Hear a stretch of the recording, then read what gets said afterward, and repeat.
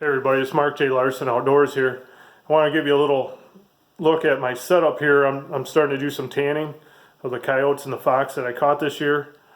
I built a stand for these barrels to where I can have them. The one on the right is for my citric acid pickle. The one on the left is for baking soda solution to neutralize the pickle after I'm done pickling the hides, after I'm done fleshing. And I built this stand out of a pallet that I got from work. And then before you think that I don't have any carpentry skills at all, by looking at it, you're going to think that it's kind of out of whack and everything. But I built it this way to where the barrels are level right now because I put these kickstands under this. Because I cut one side shorter than the other to where when I go to drain these barrels, all I gotta do is kick those out and it'll tip that down to where the bung on the barrel, you can see the valve under there will be on the downhill side and they'll be a lot easier to drain. So I'll show you how I do that. All I gotta do is kick these out.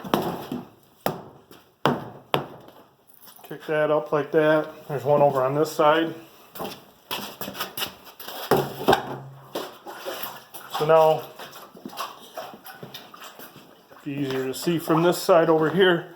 Now you can see that that's level on the ground, but my barrels are at an angle to where all the water is going to run to that bung in the bottom there, and when I open that valve, they'll drain right out. So I just had to get some fittings from the hardware store. I got a PVC ball valve on the bottom of each tank here.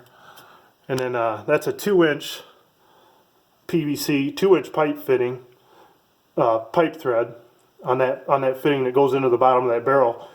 There's 2 bungs on each barrel, but you just got to get the pipe thread. Then I got a reducer down here. And then this part here is this is a hose for a sump pump, but the kit that I bought, I'll show you, comes with 2 fittings. One's 1.25 inches, one's 1.5 inches.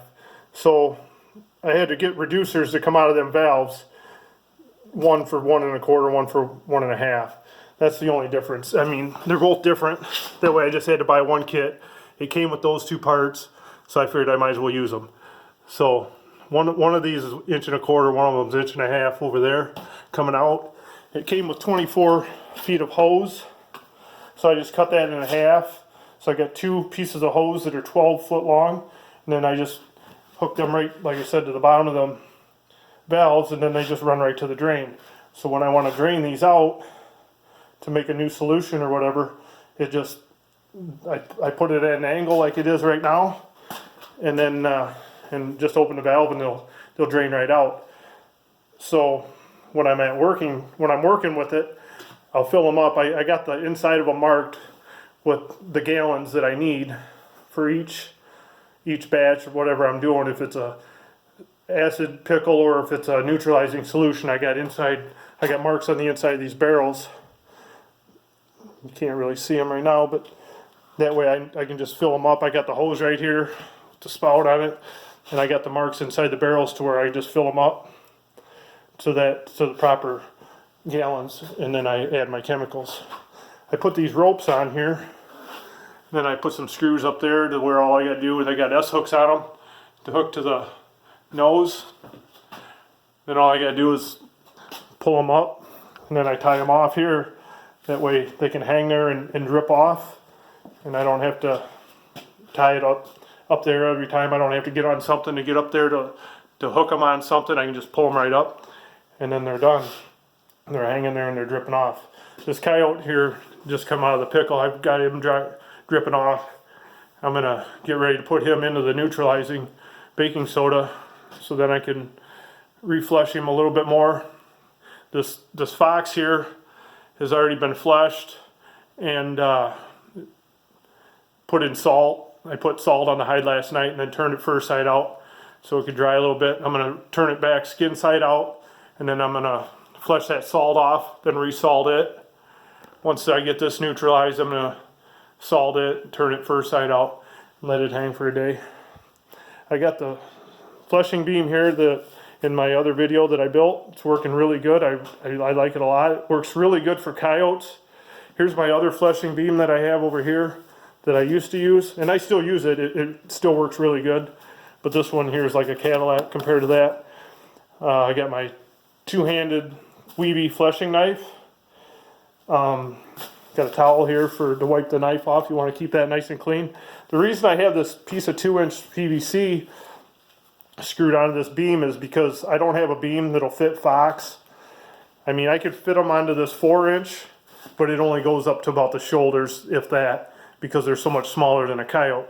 So this 2-inch will fit up through their face, and then I can flush the face and the shoulder blades and their chest area with that, and then I put it over here, and then I can flush the rest of it on this 4-inch. Over here is my wheel of death, I call it. It's not as sharp as it was when we built it. My brother built this stand for me and everything, but this was razor sharp. I had to really dull it down. It's not as bad now, but I stand on this like this, and then I can work the hide back and forth on this when I'm breaking the hides.